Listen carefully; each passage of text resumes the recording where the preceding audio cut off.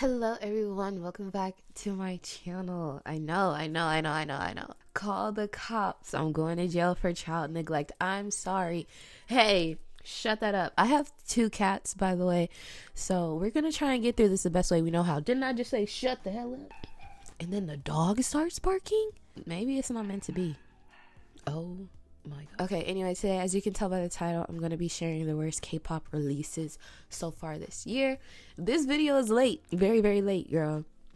But that's okay. I wanted to come back with something positive, but I finished this script first. I don't know what to tell you. Like, it was the easier one to do. Anyway, let's get into it. Shut up. If you bite me, brain freeze, baby, maybe you should. I'm like ice cream. Hey, do me a favor. Kill your producer. And don't you know how sweet it tastes? This is the first time New Jeans have been put on the worst of list for me. Mind you, I like 0. Like, I was on the front lines defending that song. Some of us just understood it on a frequency you bitches will never achieve. And even despite my initial hangups over the Get Up EP, I can say I like every song on that bitch, and I still wouldn't have even put it on the worst of list. Even Cool With You kind of grew on me recently. Like, I love you like no other. I'm gonna still need Erica the Cashier's demo because I didn't really like her last album. Anyway, with that being said, it's so unexpected for me to dislike a New Jeans song simply because the song isn't good and not because, like, I don't know, it sexualizes them in some way, shape, or form, or has like some weird agenda behind it. This is just pure unapologetic hatred, you know. With this new era, we see New Jeans explore new genres as they expand their discography, you know, by 3 minutes. But we may have to discourage this behavior, okay? New Jeans' typical approach to music is like very laid back, it's too cool, it's chill. And even their more like upbeat, fast-paced track manage to stay like fluttery and light, but also have like that effortless like feel to it, you know? And with that, the tracks don't waste my time. Up until this point, this strategy has worked well for them. But with their new tracks, there has just been a noticeable lack of energy that makes them very uninteresting. Why are we taking the effortless, low energy approach to on a Miami based track? Like, but both Bubblegum and How Sweet are nothing at songs that go absolutely nowhere. There's no progression or variation within the tracks. Like, they're incredibly repetitive and not in a good way. If you skim through, you're gonna end up exactly where you were, and you're gonna look confuddled because how is that possible? Like, with How Sweet, the song is almost 4 minutes long and it doesn't do shit different during the entire runtime. Like, let's switch it up, please, and mix change up. Bubblegum was a pre-release that served as a collab with whatever company. I'm pretty sure that's what it was, right? Lord knows we can't have a comeback from them unless some sponsorship is attached to it, okay? Or are we broke? Adore need to hold $20. I ain't got it. That's why I'm making this video. Additionally, we know New Jeans were never a singing group. Like I said, they can hit a note, but it's gonna hit their ass back eventually, one of these days, you know? But for some reason, I just don't enjoy their voices here. I don't know if it's an effect that they're using, but they truly sound like they can't sing, and it's quite upsetting to me. Like, where's the pitch correction? Don't play with me. And then the singing was even worse on Bubblegum for me. The track was way too high for a group whose main vocal style or singing style is talk singing. Like, go ahead and what, everyone?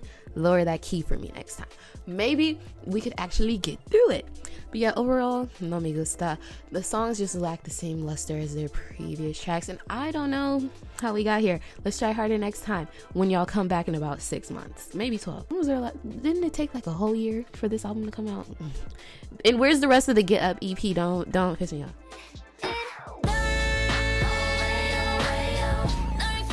I was going back and forth between putting this on the mid or worst list, but like Wendy Williams said, this is the worst because I was here since day one.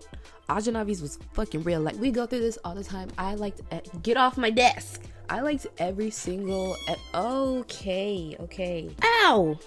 Girl, get off me! I'm going to declaw her. Okay.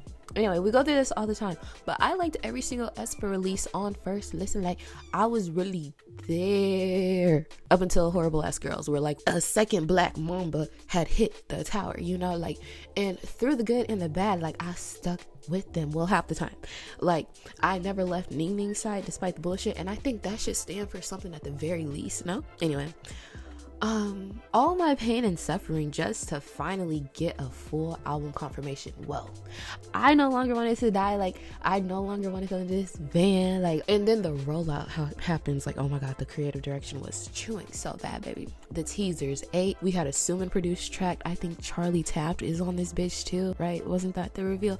I don't know. Oh, and then the CD player album that y'all stole from me. Like, we was up. All this just for the album release day to come, and it sounds like that. Like, so this is like a sick joke to y'all niggas. Like, they were trying their best to distract y'all, and that didn't work because the funk of 10,000 years, aka how long half these tracks sat in the vault, nearly took my ass out. Now listen, none of these tracks are like bad per se, shut up, but as a whole they just lack depth, consistency, and S sound. That's it, and that's all. Like, and I get it, we need to move on from the glory days of Savage in pre-2022 since their company has decided to like completely disregard it.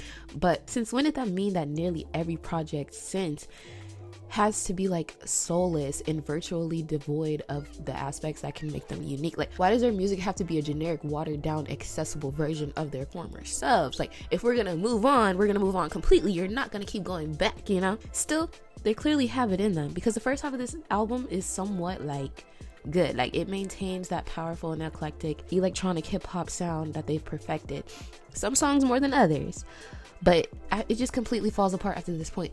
Outside of the titles, I don't see any of these songs standing out in their discography, and have zero desire to return to any of them. Like, more for y'all, I hated it, thanks.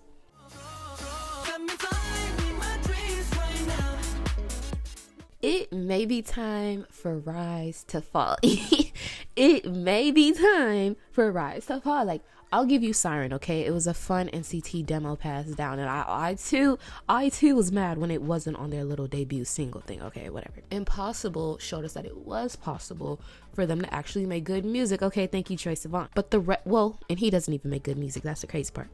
But the rest of this album is absolutely terrible. And for the fact that they get to release like 87 songs a month, while I had to wait eons in between aespa's releases, I'm gonna shit on them forever, and I'm gonna put you on the bad list, even if it could be on the mid. Like, I don't know what to tell you.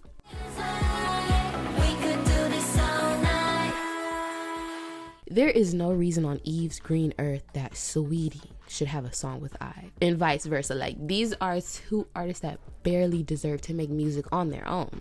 So for them to come together and maximize their joint terrorism is absolutely wild and crazy, and we didn't talk about it enough. Like, thank fuck though.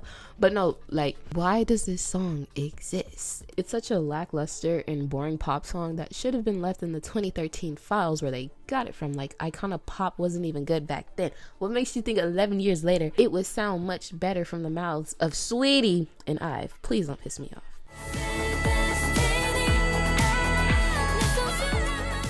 First time I heard this track, I was close to crying. Not because of like sentimental feelings or anything related to that. Like, I'm so removed from K-pop recently that like this can't even hurt me. Like, if they would have did it 3 years ago, maybe. But currently, I don't give a shit. So it's nothing related to that. It's because this shit sucks so bad, and they really had my mothers go out sad like this. Like, they deserve so much better than what they got. Like, if you're not gonna let me come back for years, at least give me a final release that shows clear signs of effort and appreciation. Like, these are the creators of Teen Crush. Like, yes, ITZY took it and then became the bigger group, yes, so what? Like, everything about this release just felt like a here damn, instead of like, oh, we really care about these girls and we want to give them a proper send-off. And at that rate, I would have just preferred Horrible Ass CSS or this Bama song, like, Eyes One, You Will Pay for Everything.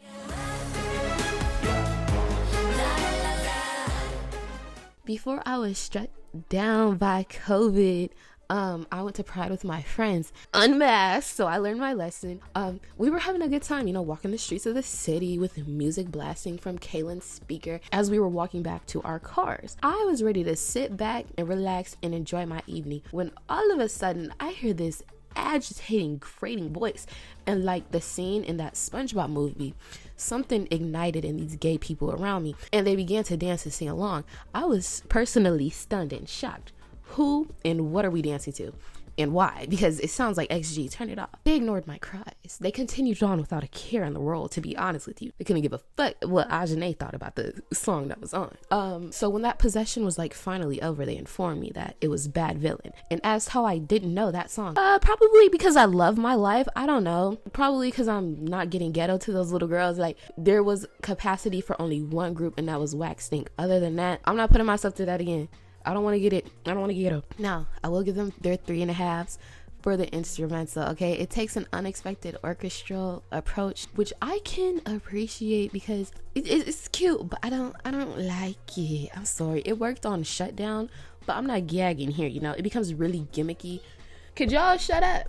It gets really gimmicky with the addition of their voices and the melodies, or lack thereof, to be honest with you, that they add to the track. It kind of feels like we're in the middle of a Descendants movie, but like the music isn't that good, so turn it off. But even then, like I told you, Disney would have come with harder melodies instead of the la la la's, like We're Black Stink. But are we not tired of the badass, bad girl, tough rapping shtick? Like, we haven't contributed anything interesting to this concept in 4 years since Espa debuted. You know, it's time to give up.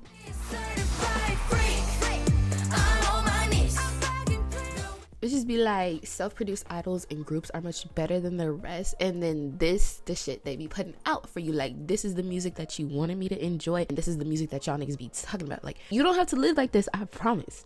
The lackluster and boring production on these tracks is accompanied by terrible songwriting and horrendous melodies. And when I say terrible songwriting, I genuinely mean that. Like, sometimes the whole like K-pop group shouldn't be singing English. Like, sometimes, like, saying it out loud just feels a little racial. It feels a little racial.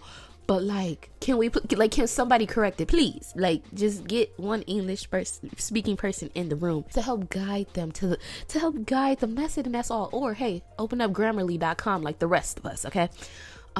Anyway, and then on top of that, like, the features don't add anything to these songs. And I was actually excited because Lexi Lou is on here, and then the PH one nigga, I don't know how to say his name, but that's probably how you say it. But still, PH Balance is on here.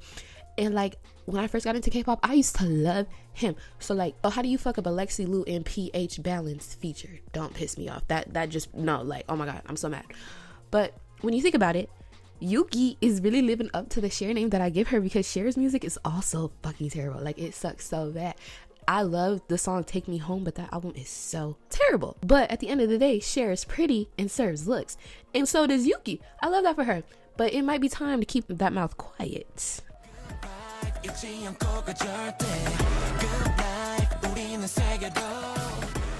Why does their music sound like that? Like, I don't know what I expected when I pressed play on a 17 album, but it surely was not that. Why are you yelling at me? Why is it so aggressive? I don't like that. You're not 18s. You're 17. Go back to your roots. Where's the Aju Nice that people like to bring up?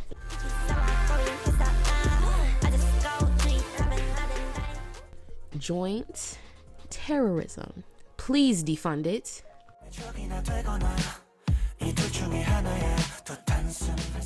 I know y'all are going through it right now, so me kicking you while you're down is a horrible offense, okay? But my god, does their music just always fucking suck. Like, why does it even sound like this? Like, what happened to Movie Star? Did we run out of EXO demos? Somebody let me know.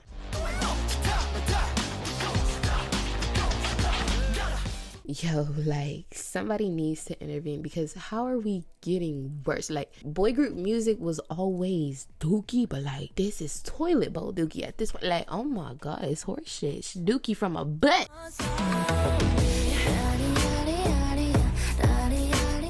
I wasn't sure if this was like a real comeback for Everglow or some special single like an OST or something, like, because it didn't have the elements, like the album cover doesn't have the elements of an Everglow release. Like, where's the little EG? Because, you know, like, they always have that logo motion of each. So like, where was that? Like, did I miss that completely? Like, About Music YT didn't post about it on Twitter, so I don't know what to tell you. And then it's just like, the 3 songs, that's typical, okay? It also doesn't really sound like a Everglow title track to me. And then on top of that, once again, we were begging for Everglow to come back. They released something and nobody talks about it. Like, I have not seen one person mention this comeback. regardless of all that, it shouldn't have been real either way. Like, it shouldn't exist in any context. Put it back in the coconut tree, thank you. And that is not an endorsement of Kamala Harris, okay? Don't do me. It's also weird because Everglow tends to have these very in-your-face songs most of the time. Like, they're very loud and bombastic and whatever, but they take a different approach with this song, and I don't particularly like it. Like, leave that shit to Purple Kiss. Like, Everglow is a step above that. Like, we're much better than that.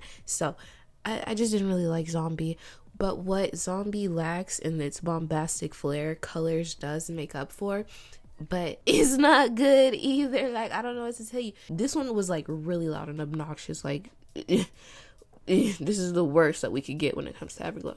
With Back to Love, like, it's an upbeat, cute type song, but again, I just really did not vibe with it. That's why I was like, girl, is this real? Like, I could at least take one song from an Everglow release, one, and I couldn't take shit from this. Okay.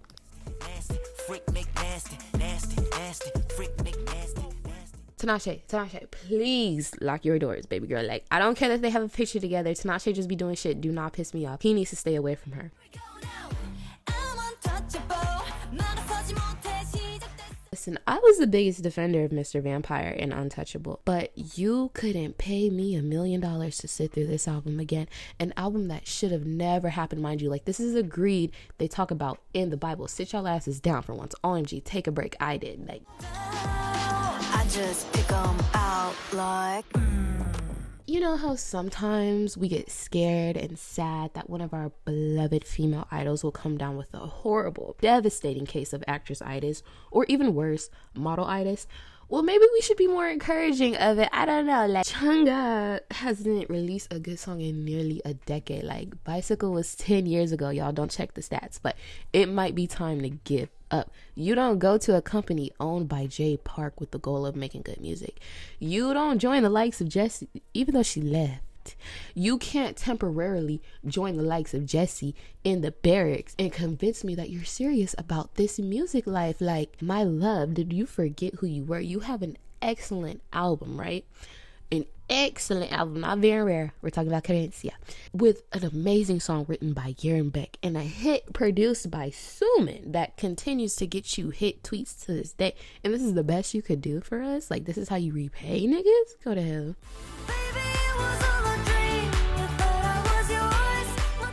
It's really unfortunate that the music they make sounds like that. Like, I have absolutely no words. And again, it's not even like bad, like this is the worst ever, but it just sucks. It's not it's not good. And just like with Everglow, I thought this was like a random OST, a random little collab. Like, this was a genuine release from them that they went to go promote on music shows. That's crazy.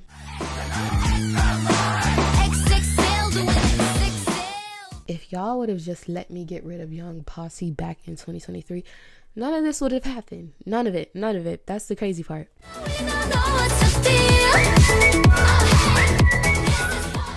Eunbi had a cute little run of good songs. Okay, there was Glitch and like something after that a couple of times, right? Like, and we all liked them, y'all more than me, but there were some hits. Not Underwater.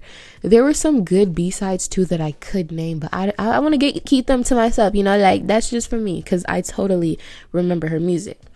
And like, you know what? I've warmed up to Auntie Eunbi. Like, this isn't the end for you, mama. Like, you've made bad music before. You made bad music a lot, actually. But guess what? You eventually got it right. Like, you struck gold. And I totally believe in her abilities to get back on track. I do. All right. And that's the end of the video. I hope you all enjoyed. I know it wasn't worth the wait. Oh, well. I don't know what to say. I told y'all. Y'all got Angelina. Why are you meowing?